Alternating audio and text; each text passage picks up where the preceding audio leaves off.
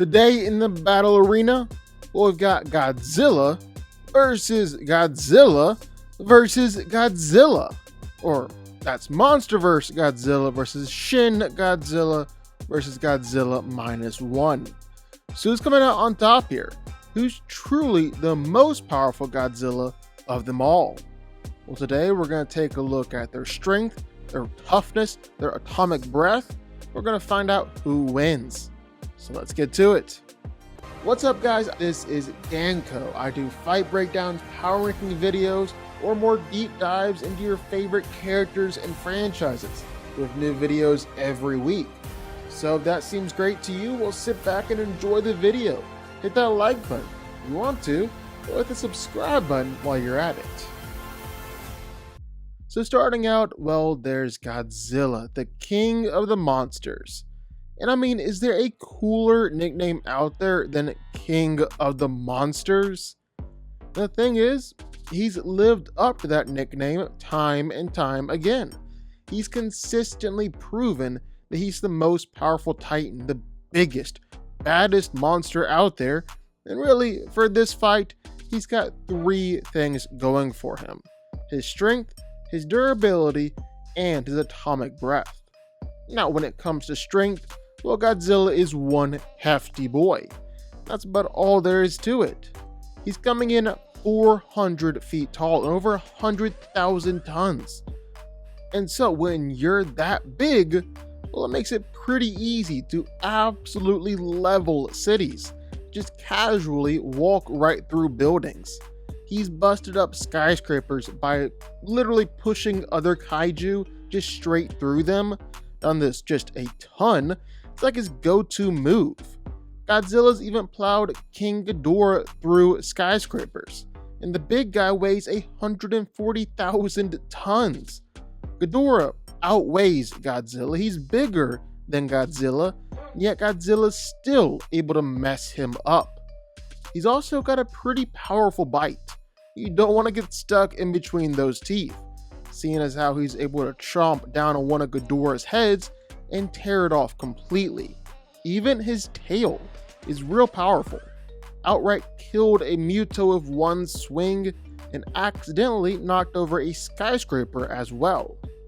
And the thing about Godzilla isn't just that he's insanely strong, but he's also insanely durable. I mean, a part of that also comes down to just his size. He's so big that a lot of smaller attacks aren't going to move him around. You gotta be another big kaiju too in order to really give him any trouble. But even then, how much do those attacks really do? He's taken beatings from the Mutos and Kong, even from King Ghidorah and Mechagodzilla, and yet you want to know who was the only guy left standing? Yeah, it was Godzilla. Kinda hard to argue with a track record like that. He's survived the Castle Bravo nuke, which is like one of the largest nukes in history. In King of the Monsters, he survived another nuke. This time he took it directly to the face.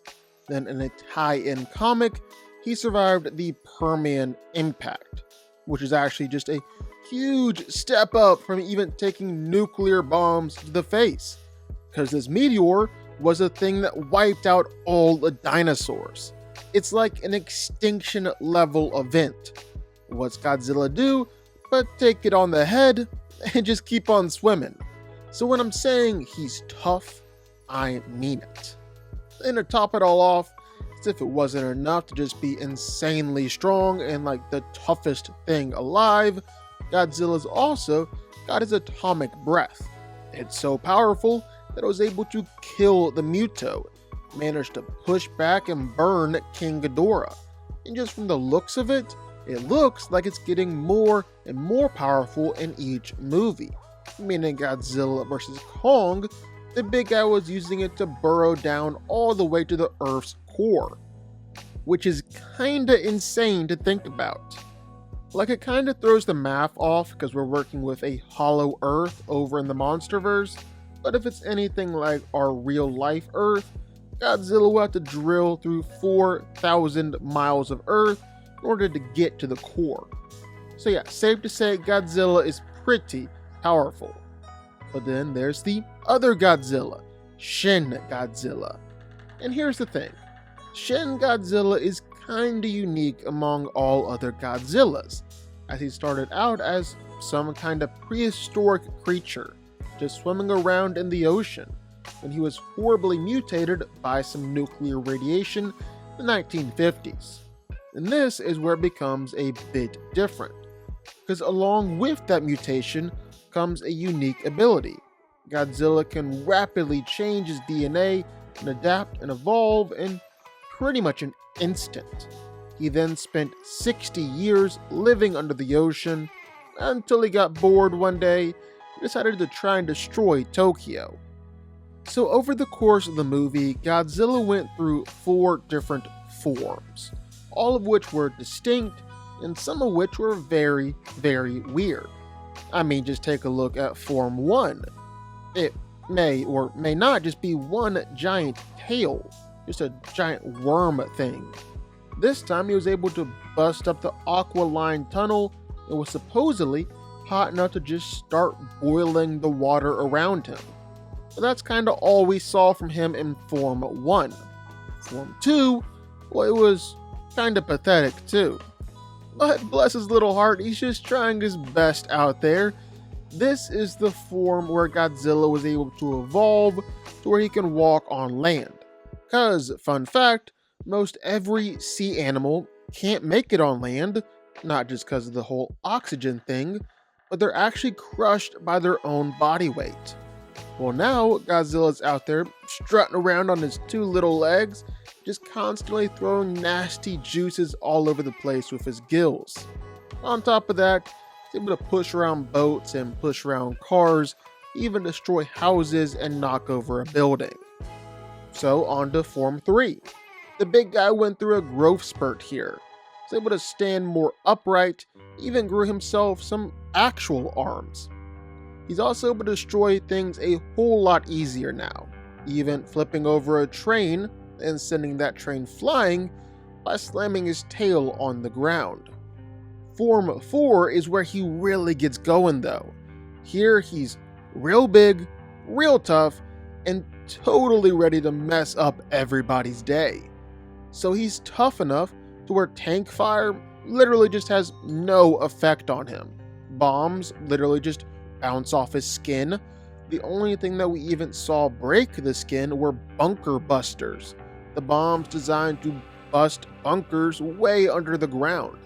And even then, Godzilla healed from it almost immediately. The real thing here is his atomic breath. Literally just the exhaust from charging up his atomic breath is enough to destroy a city block. The actual beam itself can cut the city in half. And then Godzilla doesn't have to just shoot out one beam. He can focus it through his dorsal fins and shoot out tons of blasts from his back, or even shoot out a beam from his tail. Because I mean, why not? It's not like this Godzilla wasn't already weird enough.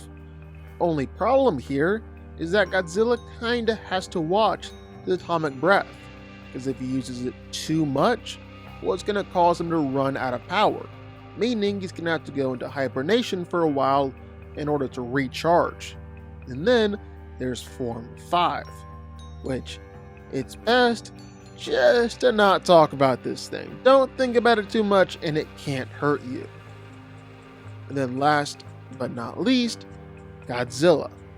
Godzilla Minus One, that is. Like pretty much every other version of Godzilla, this big guy was basically a prehistoric dinosaur swimming around in the ocean, a local legendary sea monster, until one day he was horribly mutated and transformed by a nuclear bomb, becoming Godzilla. Now, this version of Godzilla was incredibly aggressive and hostile, both before and after his mutation.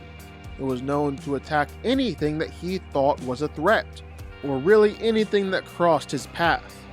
In fact, you could almost read his aggression as just straight up hostility and hatred, almost showing a kind of vengeance towards humans.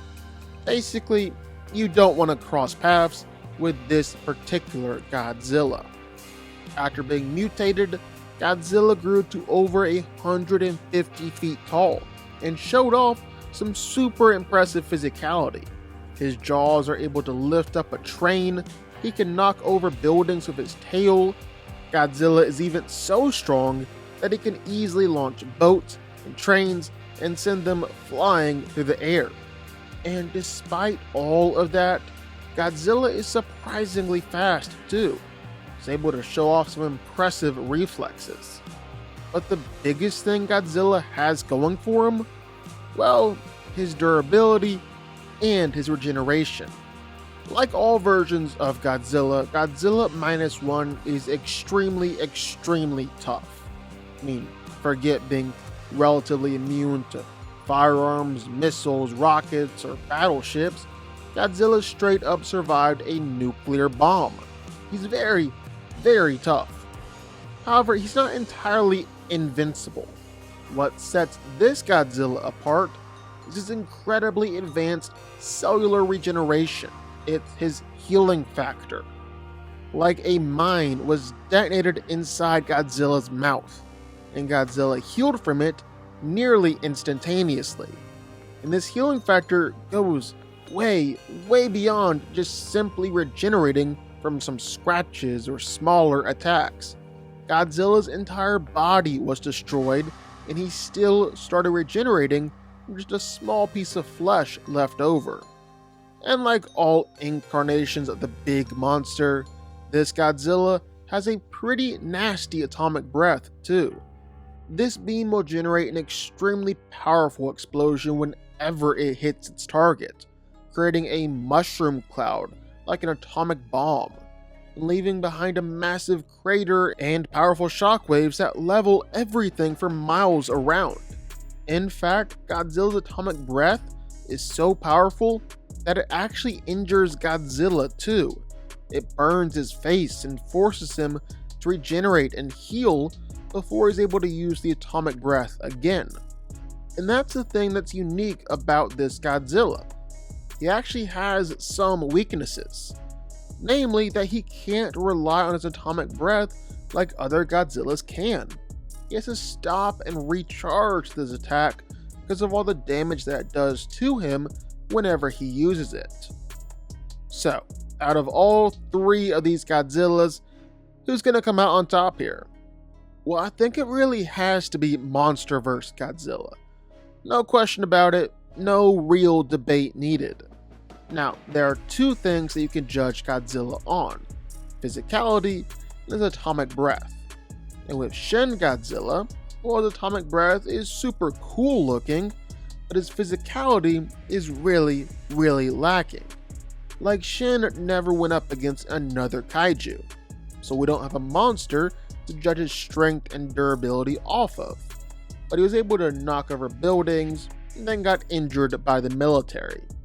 Honestly, same with Godzilla Minus One as well. His atomic breath is super cool looking and pretty powerful, but he never fought another monster, and his physicality is really limited to knocking over buildings and fighting against the military. On the other hand, legendary Godzilla is able to manhandle and maul Mutos, Ghidorah, and Kong, so he's stronger on that front. But holy crap, is he so much tougher. I'm talking taking Mecha Godzilla's atomic blast point blank, taking nuclear bombs to the face, taking extinction level events tough. It's not just that Legendary is tougher or just on a different tier. It's like Legendary is so much better. They're so far apart that Monsterverse Godzilla is basically in a different state. Then, after Godzilla vs. Kong, well, the Monsterverse Godzilla has the best atomic breath too. Godzilla is able to blast through to the center of the earth in just a few minutes in that movie. Shin Godzilla has nothing on that. Godzilla Minus One has nothing on that.